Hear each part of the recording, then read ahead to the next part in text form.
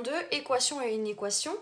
Petit 1, équation rappel. Donc là, les équations, ça fait depuis longtemps que vous les utilisez au collège.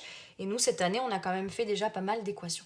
Donc résoudre une équation ou une inéquation dans R. R, c'est l'ensemble des nombres réels, tous les nombres que vous connaissez, de moins l'infini à plus l'infini, avec virgule, avec fraction, entier, négatif, positif.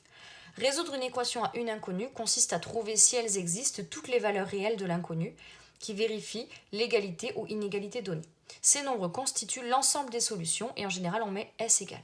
Donc là on veut résoudre 2x moins 6 égale 9, on va isoler le x, donc ça nous donne 2x égale 9. Je fais passer le moins 6 de l'autre côté du égal, un moins 6 se transforme entre guillemets en plus 6, donc ça nous donne 9 plus 6, ça nous donne 2x égale 9 plus 6, 15. Et enfin j'ai un x2, donc je réécris mon équation et pour qu'il y ait plus x2, je fais diviser par 2 de l'autre côté. Donc j'obtiens 15 demi.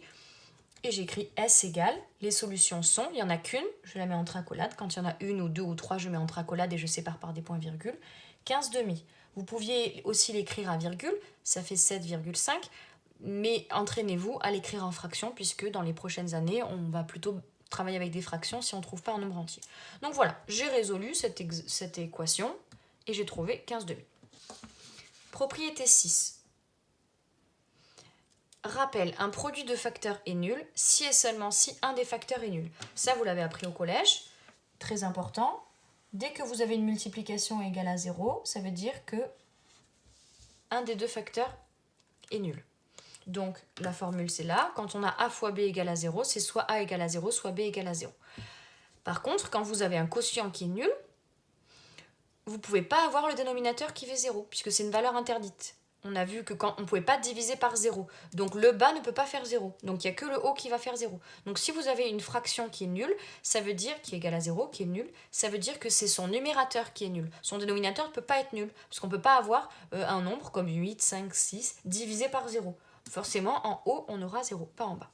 Alors, résoudre 2x moins 4 multiplié par 6 moins 4x égale à 0. On est dans le premier cas, puisque c'est une équation produit, puisqu'on a 2x moins 4, le premier facteur, qui est multiplié à 6 moins 4x, le deuxième facteur. Donc on nous dit, un produit de facteurs est nul si et seulement si un des deux facteurs est nul. Donc ça veut dire que soit le premier facteur est nul, ça veut dire que 2x moins 4 égale à 0, ou alors le deuxième facteur est nul, 6 moins 4x égale à 0. On résout ces deux équations. Donc 2x moins 4 égale à 0, on fait passer le moins 4 de l'autre côté, ça donne 2x égale 4, moins 4 devient plus 4. Ensuite on divise par 2 pour pouvoir isoler le x, ça fait x égale 4 sur 2, x égale 2.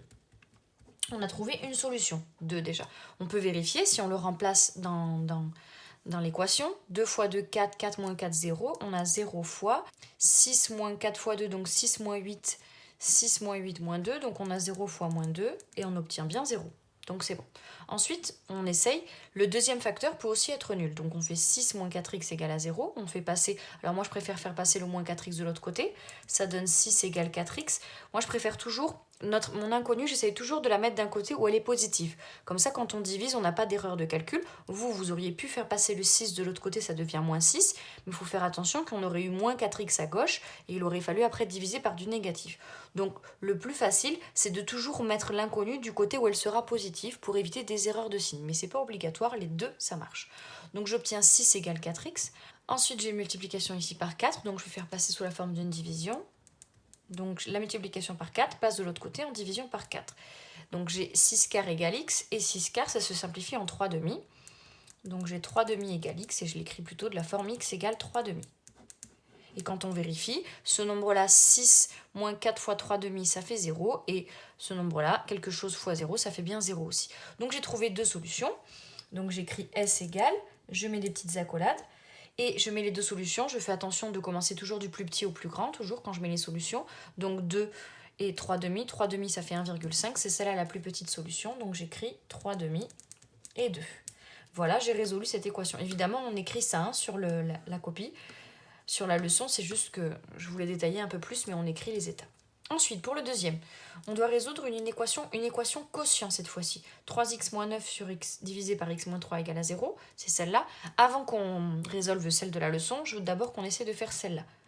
3x moins 9 sur x moins 5 égale à 0, celle-là. Donc on nous dit que quand on a une division, une équation avec un quotient, le numérateur sera égal à 0, mais le dénominateur ne sera pas égal à 0. Donc le numérateur, c'est 3x moins 9, on veut qu'il soit égal à 0. 3x moins 9 égale à 0, on résout cette équation, ça fait 3x égale 9, et ça fait x égale 9 sur 3, x égale 3. On a trouvé la solution, et on nous dit que le bas ne peut pas faire 0, donc c'est la valeur interdite. Donc le bas, c'est x moins 5, ne peut pas faire 0, c'est la valeur interdite.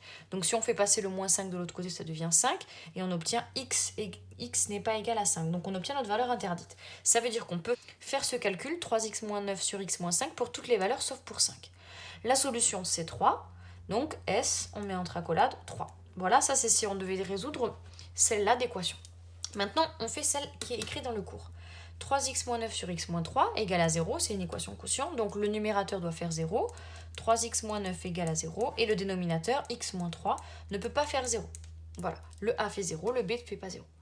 Donc 3x moins 9 égale à 0, ça nous donne 3x égale 9, x égale 9 sur 3, x égale 3. On a trouvé la solution. Et de l'autre côté, le dénominateur ne peut pas faire 0, donc on cherche la valeur interdite, on fait passer le moins 3 de l'autre côté, et ça nous donne 3. Donc là, on a un cas particulier, on a la valeur interdite qui est la même que la valeur, la solution de l'équation. Quand la solution de l'équation, c'est une valeur interdite, ça veut dire qu'on ne peut pas prendre 3 quoi qu'il arrive, puisque c'est une valeur interdite, et comme c'était la seule solution, mais il n'y en a pas de solution, donc on écrit S égale 0 barré. Ça, c'est un petit cas particulier, celui-là. Pour ça que je vous l'ai mis dans la leçon, c'est quand la valeur interdite, c'est la solution. Ben, une valeur interdite, ça veut dire qu'on ne peut pas la prendre, c'est interdit de la prendre. Donc, si on ne peut pas la prendre et qu'il n'y avait que celle-là, ça veut dire qu'il n'y a pas de solution, S égale 0 barré. Voilà pour la propriété 6. Ensuite, pour la propriété 7. Rappelez-vous que c'est un rappel du chapitre 4, quand on a fait les fonctions de référence, on avait vu la fonction carré, hein, hop, qui faisait une parabole, et donc on avait résolu des équations.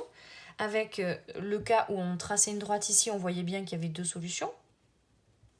On avait aussi résolu quand on traçait une droite ici, là, à 0 et qu'on voyait qu'il n'y avait qu'une seule solution. Et on avait aussi tracé des droites en dessous et on a vu qu'il y avait 0 solution. Donc il y a 3 cas, soit il y a 2 solutions, là et là, soit il n'y a qu'une solution ici, soit il y a 0 solution. Alors on a la propriété, donc l'équation c'est x au carré égale a, puisque x au carré c'est la fonction carré. Et donc il y a 2 solutions qui sont racine de a et moins racine de a, si a est positif, une solution 0 si a égale à 0 et aucune solution si a est négatif. Donc on va le voir à travers un exemple, ce sera plus parlant. Ici on a x au carré égale 7, on est bien de ce type d'équation, le a c'est 7. Donc si le a c'est 7, on est dans quel cas? On est dans le cas a positif. Donc il y a 2 solutions, racine de 7 et moins racine de 7, d'après la propriété 7. Donc on écrit S égale, comme on a 2 solutions, on met des accolades, et on commence par la plus petite, donc c'est moins racine de 7 et racine de 7. Voilà les 2 solutions de cette équation. Ensuite, le deuxième, x au carré égale à 0. Cette fois-ci, on n'est plus dans le premier cas, a n'est pas positif, a égale à 0. Donc on n'a qu'une solution, c'est 0, on écrit juste S égale 0. 0, c'est le seul nombre qui, quand on le met au carré, fait 0. 0 au carré, ça fait 0. 0 fois 0, 0. Et enfin, le dernier cas, résoudre x au carré égale moins 5. Le a n'est pas positif, puisqu'ici le a c'était 0. Ici, le a c'est moins 5. Donc, on est dans le troisième cas, a négatif, on n'a aucune solution, donc on écrit S égale 0 barré. C'est pas possible qu'un nombre au carré fasse moins 5. De toute façon, on avait déjà vu qu'un carré ne peut pas être négatif. Ici, on l'avait déjà vu, si on trace notre petite parabole et qu'on cherche quand est-ce que ça coupe la droite moins 5 elle est par là, par exemple, la moins 5, et on voit bien que la parabole, celle de la fonction x carré et la droite moins 5 ne se coupent pas, donc S égale 0 barré.